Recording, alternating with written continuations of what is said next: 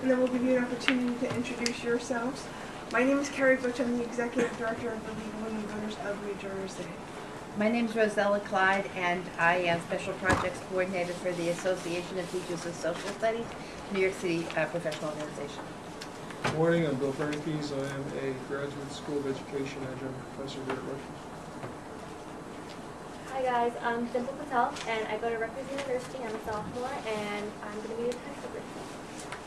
Yeah. Okay, let's start. I'm Adam. I'm a senior. I'm Aisha. I'm a senior. I'm Ryan. I'm a senior. I'm David. I'm a senior. I'm Nadima. I'm a senior. I'm Jake. I'm a senior, and this is our teacher, Mr. Alan Brockman. Good morning. Good morning. Okay, we ready? And this is Unit 6, right? Okay. Your question, what challenges might face American constitutional democracy in the 21st century?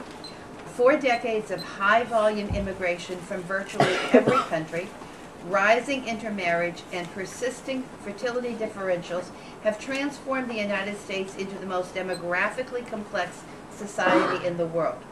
On balance, does increasing the diversity enrich the nation's economy and culture, or are there limits on how much diversity the country can absorb? Fareed Zakaria notes that America's growth historically has been fueled mostly by investment, education, and immigration.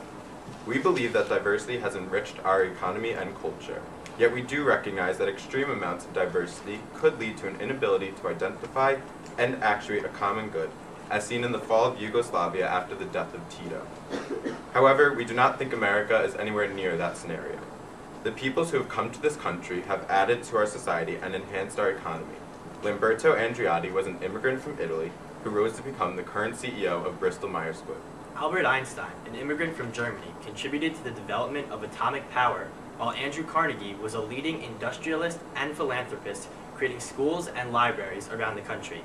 Our economy has been enhanced by immigrants, with over 40% of Fortune 500 companies being founded by immigrants or their children. Our culture has also been enriched by immigrants. They introduced us to foods like pizza and sushi, and contributed to our musical and artistic heritage, from Irving Berlin's composition of God Bless America and Carlos Santana's impact on rock music to the political murals of Jose Clemente Orozco. Federal Reserve Board Chairman Alan Greenspan said, "This country has benefited immensely from the fact that we draw people from all over the world." Immigration reform has become a political minefield because of partisan and ideological differences, illegal immigration, the controversy over amnesty, racism, xenophobia, difficulty in formulating viable solutions, difficult economic conditions, and disagreements over just solely. Angela Marie Kelly of the Center for American Progress notes, this issue is caught up in the political process in Washington because representatives can't break out of their partisan shells. This is seen in the failure of the DREAM Act, which passed the House in 2010, but fell 5 votes short of garnering the 60 needed to bypass a filibuster in the Senate. There is also a perception that recent immigrants tend to vote Democratic, which further politicizes this issue. 63% of Latinos and 66% of Asians, 2 of the largest groups of recent immigrants, voted Democratic in the 2014 midterm elections. Referencing illegal immigration, some would recognize the economic contribution of these people and the reality of their presence, while others agree with legal immigrant Boris Epstein, who noted that illegal immigrants disrespect the American rule of law, and legal immigrants who stood in line to come here. Disagreement over the ongoing efficacy of Jus Soli's recognition of citizenship based on place of birth has also made immigration an extremely contested issue. While we recognize that national government's attempts at regulating immigration have not met with great success, we believe that state regulation of this issue would be worse because of the multiplicity of policies inherent in state control, the impact of the full faith and credit clause, national security concerns, and the Supreme Court's determination that immigration is a national issue. If states were to determine immigration for themselves, it would lead to a myriad of different policies, which would be both confusing and lead to potential conflicts between states. Arizona could retain or embellish its already significant restrictions on immigrants, while other states in need of workers could provide for more freedoms or easier entry. The full faith and credit clause would then seem to require states to recognize the actions of other states, defeating the restrictions placed by states which want to limit immigration. This would be akin to the scenario in the European Union with its policy of free movement between EU nations. The Supreme Court has consistently recognized that immigration is a national issue. Dean Erwin Chemerinsky noted that in Hines v. Davidowitz, the court explains that states cannot regulate immigration and that the United States has to decide immigration policy. Okay, thank you. I would like to pick up on the one comment about the fact that illegal immigrants show a disrespect for the American rule of law. Would you say a little bit more about how that impacts American society? Most definitely. Personally for me, I am the daughter of 2 immigrants who came to the United States, and my mother, who came here legally, had her visa denied 3 times. It took her over a total of 10 years to enter the country, and she waited that long so she could respect the values and the ideals and the regulations of our nation to come here.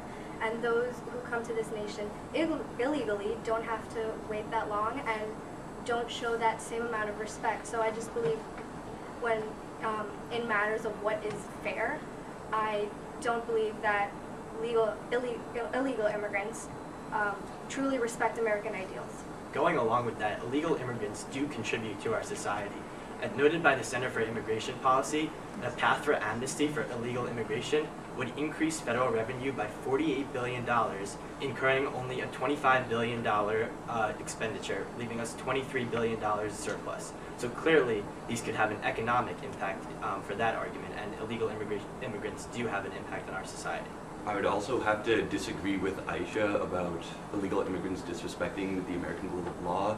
Of course, they are breaking the law, but the law they're breaking can be considered an administrative one, such has been said by Governor Rick Perry, a Republican governor of Texas, a border state, as well as President Barack Obama. So I think while of course they are breaking the law and there need to be some sort of punishment for that, to say that what they're doing is awful and almost felonious in nature would be to me a bit of a stretch. I'm just going to follow up a little bit on the voting Democrat kind of conversation. You know, you hear voting and you're the League of Women Voters Executive Director, you have to follow up on that. Do you think there's a reason, there's a political motivation behind it taking 10 years to become a legal immigrant? Because there is, if you're telling me that one party might benefit over another party, could this be a little bit of voter suppression happening, or potentially, I don't know, it seems like, I'd like to hear your views on that. I think there's most definitely an issue of voter suppression going on. As we see that Aisha mentioned that immigrants tend to vote more democratically, it's clear that they're favoring one party over the other, and looking at even the House Republicans today are basically taking away Obama's executive actions presented in his order and putting them in the Homeland Security bill and negating everything he said, basically. So there's clearly a political minefield going on here between Republicans and Democrats. However, there is more to the issue than that. Illegal immigration and immigration in general is multifaceted, and to come up with a solution, it's difficult. So I don't think it's just solely voter suppression, which is why one party might not favor immigration over the other. There are tons of other economic reasons and cultural factors. Let's talk about the 14th Amendment to the Constitution. In your opinion, how should the 14th Amendment address access to education by undocumented residents of the United States? We believe that, or I believe that immigrants should have the benefits of education in our society regardless of their immigration status. We believe they still contribute to the society and should be able to reap the benefits of living in this society. I agree with Ryan. I think that despite regardless of the fact that they are undocumented immigrants, they should still receive the benefits of education, especially because this education could help their future generations move up in socioeconomic position, as we can see that many of these illegal immigrants aren't particularly well off. However, they are breaking the law, therefore there's no reason why they can't go through the process of gaining access to America, so why should we grant them permission to use our school systems if they're breaking the law? So, therefore, what has the Supreme Court said about this? The Supreme Court has said in a case, which I always forget the name of, that occurred in the 80s, that illegal immigrants in Texas do have the right to access public education. And I think that shows a lot about where the country is in regards to illegal immigration and education. Though they have not come here legally, they still should be able to reap the benefits of America, which they have sought after so hard. But to pursue that one more step, the President has argued for universal preschool. Do you believe that should be extended to undocumented residents as well? I do believe that that should be extended to undocumented residents, because despite how they got here, once they're here, they need to find jobs, they need to work, they need to search for jobs even, and that's very hard to do if you also have children at home. If anything, by denying them that access, you're increasing the amount of welfare that they must depend on. So I would say that that possibility of free preschool should be extended to illegal immigrants. Okay, I have a question about the DREAM Act. Can you tell me what the DREAM Act is, and do you agree with it or not? The DREAM Act essentially would provide residential status, especially for minors, for the phrasing was good moral behavior for especially students who, regardless of their immigration status. And I personally agree with this statement that immigrants should receive the education that was laid out by President Obama and the DREAM Act. I would disagree because, as Aisha said before, just with her personal example, Finish. they cheated the system, so I don't believe that they should be able to access the resources. But a child cheated the system who's been here since day one? Well, no, but their parents did, and I guess on the argument of just solely that they would, if they were born here, they would be entitled to that. But in this case, I don't believe that they should be able to access the education immediately. Okay. Thank you very much. You guys did a great job. We're going to give you some feedback right now.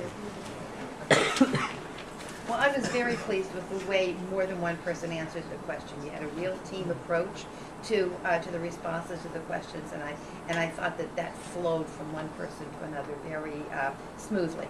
Thank you. And you get a point. No, I'm kidding. You get up there for mentioning voting, and that's excellent. It's the first time we've heard it. We've been to see 3 other teams, but in addition, you guys are very confident in yourselves. I don't mind you disagreeing. I think it was done in a very nice way, and you're all very smart and very bright. And that comes across. Moms and dads. That comes across. Did a wonderful job. Teachers too. And bravo on the Plyler v. Doe decision. He's been waiting for that all day. And you're I have the a first question. person who got This is the first time I've ever heard Jose Clemente Orozco being discussed. Tell us more about it. Well, I actually learned about him for education system from the ACT. The reading passage was actually all about Jose Clemente. Where was he? So he was an artist from Mexico. That's right. And he painted in Mexico, went to the United States, had his revival there, and then came back, and then went back to Mexico to paint even more. So it shows how standardized testing is actually educational. Let's hope that you learn more about him beyond that. Excellent. Thank you. Thank you very much.